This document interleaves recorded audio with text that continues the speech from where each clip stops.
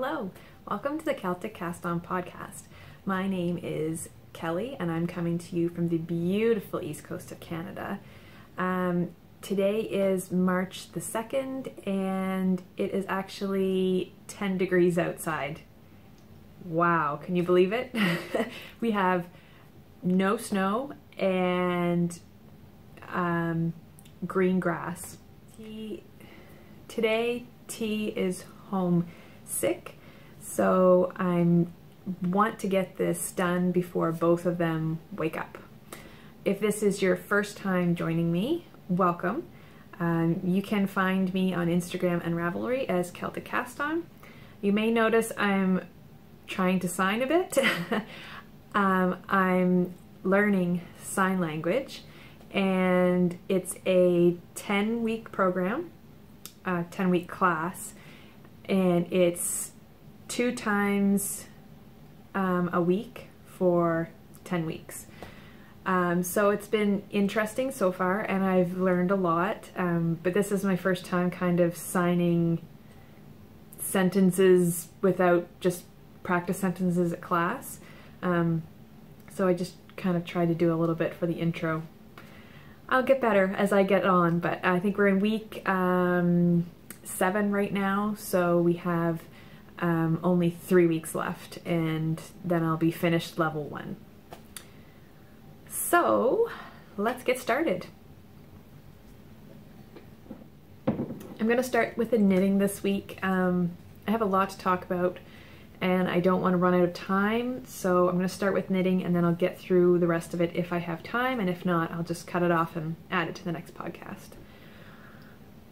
So I've kind of had a little bit of a knitting break the last couple of weeks, not including this week. The past 3 weeks before that, I have not actually knit a stitch. I did quite a few quilting classes and I was working on different sewing projects, so I didn't really do any knitting, but then this past week I had knitting fever again and I wanted to knit everything. So I've got a few finished objects to show you, and let's start with that. I don't know if you can see these behind me. These are my Grinch socks that I started during my Vlogmas at Christmas time.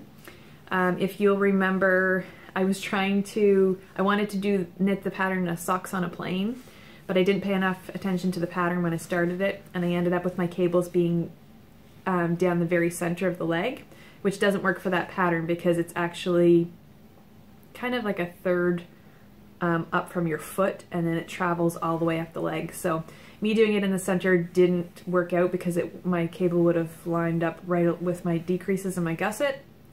So I just did a cable to the foot and then I did a plain foot. So these are Scout Swag. This is a very old yarn. I think it was actually my first hand dyed that I ever bought. It was really almost fuzzy to knit with. There was quite a halo to it as I was knitting with it, so I'm not sure how they're gonna fare with wear. I'm wondering if they're gonna felt on me. I don't have the tag anymore to see what exactly they're made out of, but it did say, I did have on Ravelry that it had nylon in it, but I don't know, they're kind of fuzzy to me. Anyway, finished pair. That's my first pair of socks from my box of socks knit along this year. And I didn't stop at one. I finished another pair of socks. Let me just switch these out and I shall show you. So these ones, again, I had the first sock finished of these. If you'll remember, I was trying out the 9-inch circulars and I really didn't like it the first time around. I thought it was really slow going and it created a looser gauge than what I'm used to knitting on my DPNs. So I wasn't really looking forward to knitting the second sock. But I had a quilting course, or class I guess, last weekend, but it was called the Finishing School and it was a lot of just going through what had already been written down on paper, so I just basically had to listen. So luckily I had cast on the second sock. I just had the stitches on the needle, and by the end of the class I was at this purple stripe. So I did all that knitting when I could have just been sitting there twiddling my thumbs the whole time. So it was great that I was actually pretty productive in both ways. I was learning quilting and I was knitting at the same time. So these are my Time Traveler socks that are finished, and these are pair number 2 for my box of socks cow. So I didn't stop there. Well, I did stop at the finishing, but as soon as I got both pairs of socks off the needle, I knew I had to have another, actually I can leave these on. I knew I had to have another plain sock on the go, because who knew when I was going to be needing a sock. And I also thought that during my Quilt Guild meetings, it's in the evening and it's 2 hours, and I could definitely be knitting then. So I wanted to start another sock so that I could have something on the go, so I could just grab it and go when I needed to. Where's my bag? Oh, what did I do with it? There it is. So this is my next pair of socks, and I'm going to insert a little video here. I let Wee Smiler pick out the next bag from my brown bag box of socks knit along. Pick one bag. Is that the one you want? Yeah. This is it? One. Just one. This one? No. Or that one? Yeah. Decisions, decisions. It is really odd that Wee Smiler just pulled this out for my second pair of socks to cast on, because I've been thinking about this yarn and I was actually going to look for it in my stash and just cast on a simple pair of socks. This is a yarn that Mars dyed for me. It was Knit Picks Stroll, just a plain white before, and she over dyed it for me, and I think it looks like jam. It's a little bit darker in real life, but I'm excited to cast this on, so I'm going to go wind it up. So he chose this yarn, and this is a yarn, it's actually Knit Picks Stroll, and I sent it to Mars of Hey Brownberry podcast, and she dyed it up for me. So I'm calling this Blueberry Jam, because that's exactly what it looks like to me. So I love how it's turned out. And the funny thing was, when I was thinking about another sock to cast on, I was actually thinking of this yarn, and I didn't know what yarns T had put into my brown bag club, so I was just going to pick this one out of my stash and get it on to the circular needles, and it would be something that I could just work on whenever, but it happened to be already in a bag. So I did cast on with the 9-inch circulars, and I will say, when knitting that second sock of the Time Traveler socks and knitting this, the circulars are getting a lot easier, and I love that I don't have any ladders or runs down the legs. I don't even have to worry about it. I just knit. So it's coming up pretty nice. I really love those blue turquoisey speckles that are going through it. Oh, I guess my arm was in the way of the light. So that's how I'm basically ready to start the heel flap of this one. Once I started knitting on it, I just couldn't stop. So that's the first whip I've got going. And the second whip, T will be happy to know that I started, is her Owl Around mittens. Now, I talked about these on the last podcast, but I didn't have them going. And I haven't really been knitting on these a lot. I've been working on the socks. So this is kind of what the pattern looks like. Little owls. And this is how far I've got. Ooh, doesn't that look pretty? So this navy blue is Cascade Heritage that I had left over from a shawl that I made.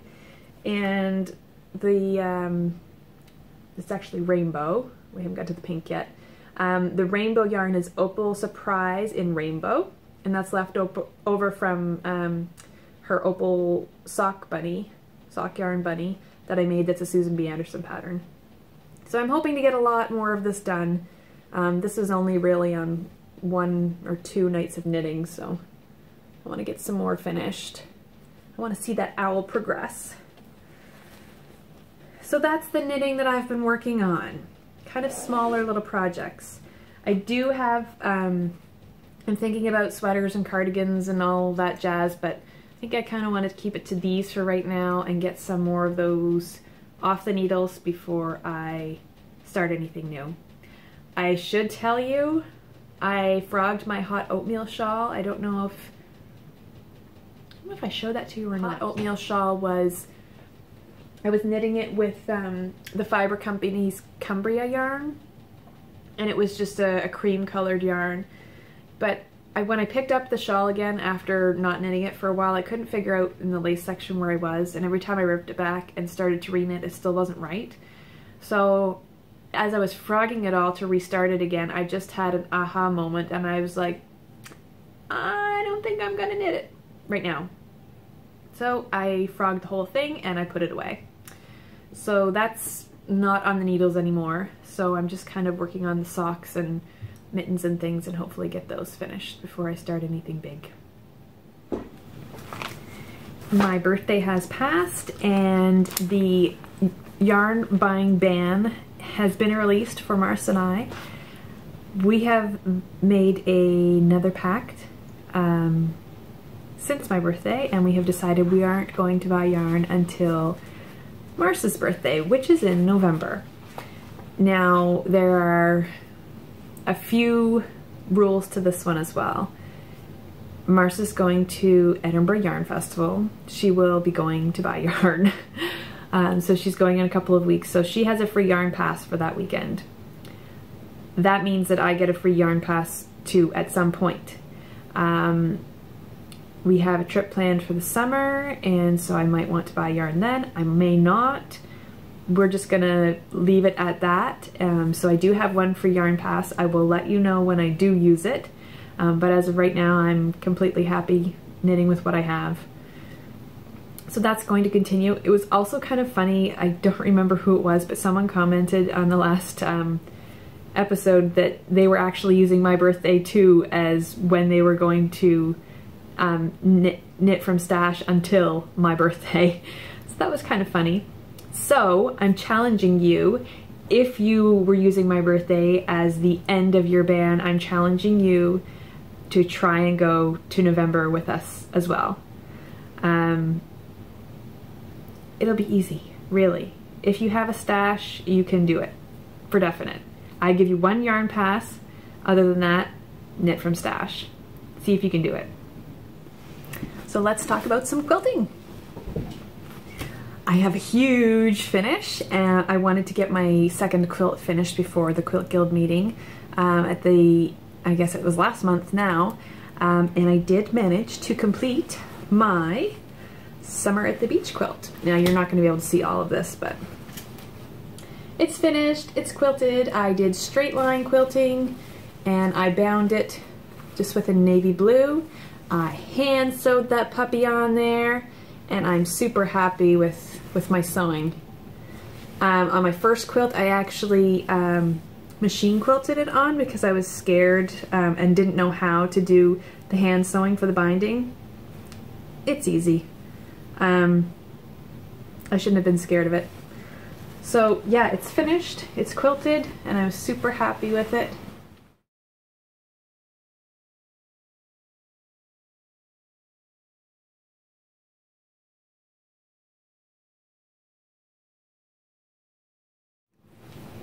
So that's the first project that I've been working on and finished. The second project, I started my gnome table runner for next Christmas. I got this just before Christmas. It's called the Twister Gnomes pattern. And I got it as a kit at my local yarn store. Now, the kits had a picture on the front of what the fabric was going to look like that was included in the kit. Here's a picture which had dark hats on them, which I liked a lot better than this, which was a really bright red. I want more of a burgundy color. But when I opened my kit, that's not burgundy. So I need to go to the yarn shop and see if I can find a fat quarter of something darker that will be better than this, because this isn't going to fly. So I'm kind of stalled at the minute, but I'll show you what I've completed so far. So this is it so far. I love this fabric. I want to show you. It's got little pine cones on it in silver. It's so cute. So the pattern is pretty cool, and let me just show you the tool that you use. You use a tool called the little twister, and basically, so it's this little tool here, and you can see there's an X on it. So it's in the way that you place this on your fabric, and then how you actually cut the fabric out and then piece it together. Makes these really cool little twisters. So that's what I've got started.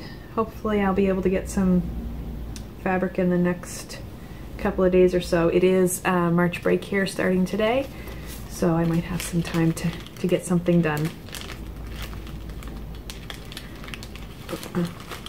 So those are the projects that I've been working on. I also wanted to talk to you about the quilting classes that I recently took. So one of the classes was called Finishing School, and basically we had a thick book of all of this information that we were able to take home about finishing quilts and how to size them and how everything you would need to know on making quilts. So it was actually a great course for a beginner like me, but also for people that have been making quilts for years but haven't actually taken any formal training or anything. So I did want to include some pictures because they always bring quilts, and it's always inspiring to see other people's finished objects and finished quilts. So I'm going to put a little video in here of the quilts. Take note of her labels. I have been, well, on my first quilt I did a label for Wee Smiler, and it was embroidery. Very badly done embroidery, but embroidery nonetheless. And I kind of wanted to keep that tradition going with my quilts. But a lot of quilts that I see that do have labels are just like either almost like fabric that's gone through a printer that's printed, or even just written on and stuck on the back of the quilt. I'm not a fan of that. But this lady Linda, she does amazing cross-stitch labels for the backs of her quilts, and I noticed them right away and I was like, that's such a great idea, why didn't I think of that? So she uses the cross-stitch fabric, and she implements little designs that maybe go with the front of the quilt into the back label of it. They're really cute, and I took lots of pictures of them so that I can maybe incorporate some of it into my quilts. So take a look at the video, and then I'll talk about the next class with you in a minute.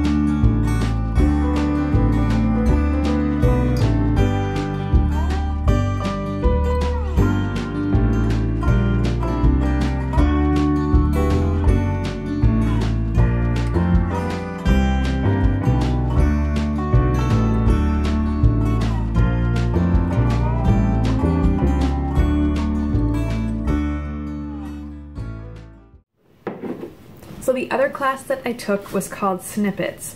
Now the teacher of this class is crazy amazing in landscape quilts. She's been to many classes far and wide, and she does amazing stuff. So I was very excited to be able to take the class with her. That being said, I don't really know that I knew what we were doing, but it was I took a lot longer, I guess, than everybody else. Everybody else pretty much had a finished quilt hanging by the time they were done. I did not, and still do not, but I haven't looked at it since the class, so let me just show you what I'm talking about. So basically we were asked to bring fabric to, let me put a picture in of her finished one first. So we were asked to bring in fabric for a sky, for a ground, something to use for a tree. And when I went to the quilt shop, all of these girls that took the class have copious amounts of fabric stash, which I did not have. So when I went to the fabric store, I found that all of the colors that I liked were the same print, just in a different color.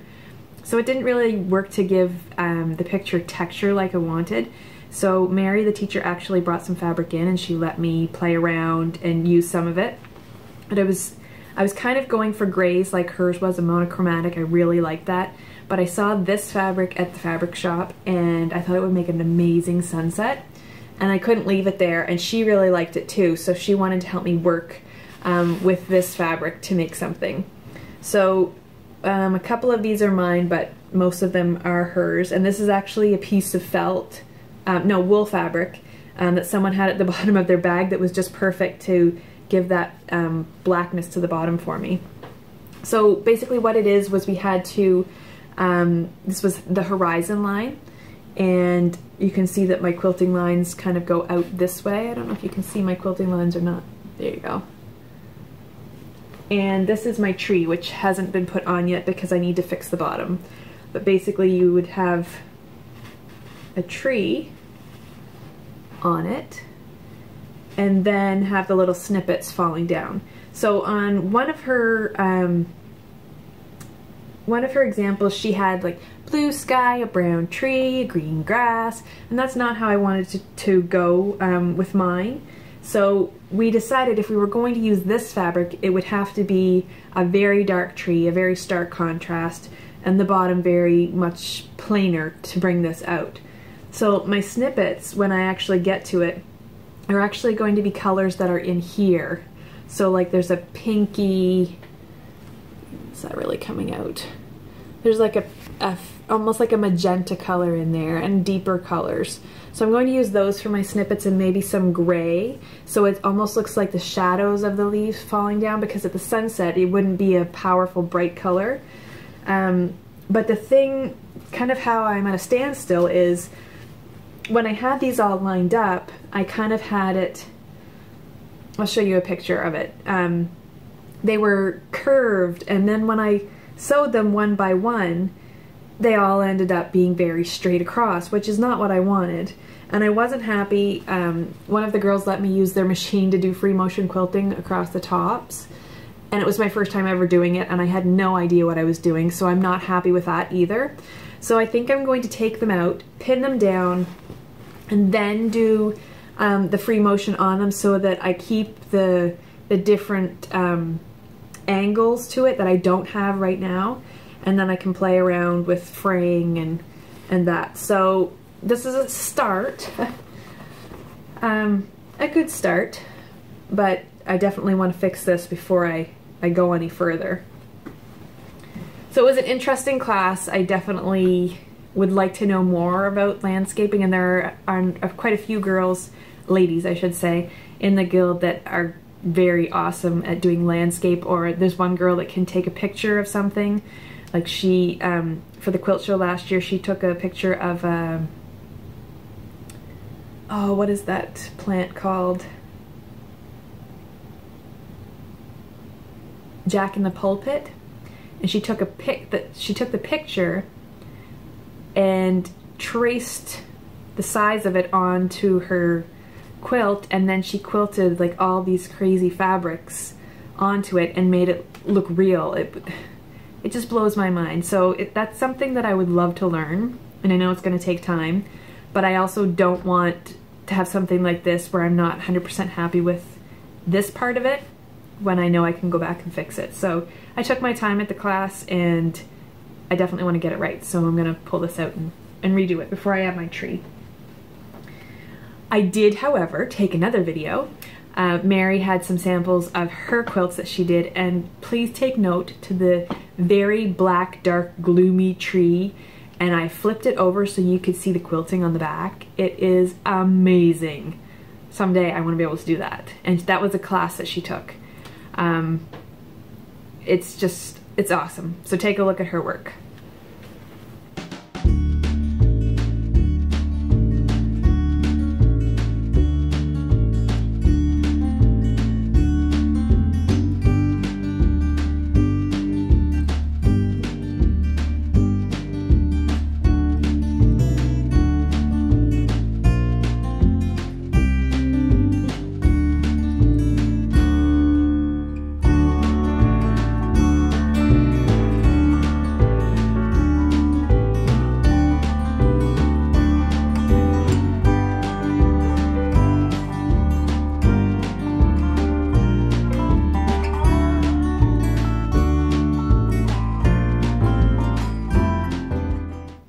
So also at the guild meeting this month, they kind of have a theme. They teach us something or talk about something. And this month's theme was red work. Now I'd never heard of red work before, but when they showed it, I knew what it was. So basically it's embroidery that is all stitched in red on a white background. And red work has been around for hundreds of years. And there were ladies that brought in different pieces if they had red work or something red work that was passed down to them, and we kind of all looked at them and learned about it. And one of the ladies, and I have a video of it which I will add in here, is has a quilt that was in her husband's family that was passed down to her, and it's a red work quilt, and it's from 1915. So it's 100 years old. It's in impeccable condition, and you get to see all the red work on it. And the crazy thing that one of the ladies pointed out to me was it's kind of like a war quilt, because it would have been during that time. So all of the horses are different. So there's like a horse that would be on a farm, and then there's like a horse that would be in the military, and you can tell the difference, like the tail is chopped, and they have different things on them, whether they're saddles or bridles or whatever it is. It was really neat to see. So there's lots of cool different things in there. I don't know that I would typically do red work myself. Maybe if it was a more modern pattern that I was embroidery, I might give it a go, but it was kind of neat to learn about it. So take a look at the video as well, and then we will talk about the knit along.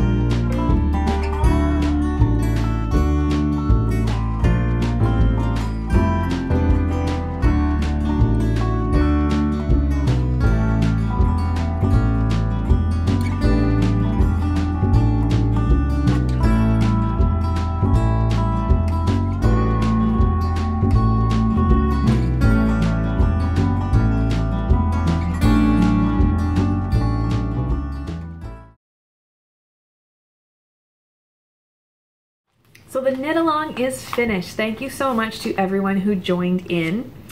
I'm going to draw for prizes, or I did draw for prizes, but I wanted to just let you know my yellow sweater cardigan is not finished. I just didn't have, I was working a lot at the time, and I took on my course as well, and I didn't have any brain power left to be able to sit down at night and work on it. It needs to be something where I can sit down, not have any distractions, and work back and forth on my own to just get it done. So I will take it out again when I get, maybe after my course is done, when I get some time, and I will finish it. But I was so happy to see all the finished objects in the thread, and I did pull for the 3 prizes. So the first prize, the Within book, And that is going to post number 16, who's, I'm gonna butcher this, I'm just gonna spell it, OSMVIV, and that's Vivian in Quebec. She knit a Clark pullover in Tanis and Artville, and she was kind of concerned because she said the color, she wasn't sure about knitting it in that color because it wasn't really her, but she completely rocked it. It wasn't, I think it was kind of that it was a color that was kind of out of the box, but she definitely, she liked the color, she rocked it, it looks great on her. The second one is the Plum Dandy book. I'm gonna put a little video in here as well. I talked about the Plum Dandy book in more detail on Hey Brown Fairies podcast when we did the last episode, but I didn't really get to here, so I'm gonna put a little video in showing you a little bit more of the book. And the winner of that was post number 23, and that was, I don't know if it's Dana or if you pronounce it Dana in Germany, Bericke, W-I-E-B-E-R-I-K-E. Anyway, Dana in Germany, I think I have your address already. Just double check with me and let me know that you have seen this. She knit an In Stillness, and that was in Tosh Vintage, and it was so pretty. The last is for the beautiful mug from Remembrances Pottery, and the winner of that is Three Red Dogs, and she is in Virginia, and her name is Summer, and she knit a Weekender in Shetland Narwhal. Now I really love that narwhal color. I'd never seen the narwhal one before, so I definitely need to get my hands on that when I start buying yarn again. Beautiful. So if you are one of the 3 winners, please get in touch with me, send me a message on Ravelry or Instagram, whatever you usually use. So lastly, I just wanted to show you guys, I stopped in at one of our local fiber artist studios called Good Vibrations in the city closest to me, and I was able to take a short little video of the shop. Now this shop, she does have some yarn to sell, things like sock yarn. She carries McCausland's, which is a PEI based mill, kind of like Briggs & Little, but I would say softer. She also sells things for needle felting. She has looms set up in the background that they teach weaving classes at. It's a great little shop. I love that everything that she sells there is local, and that's kind of her thing. She loves to buy and sell local. Liz actually let us borrow one of her smaller table looms for a project that he had at school lately. So while I was returning that, I took the chance to have a little look around and take a little video for you. So if you're ever in the area, make sure you stop by Good Vibrations, and you can check her out on Instagram as well. I believe it's just Good Vibrations. So I hope you enjoy this, and until next episode, I'll see you then. Bye.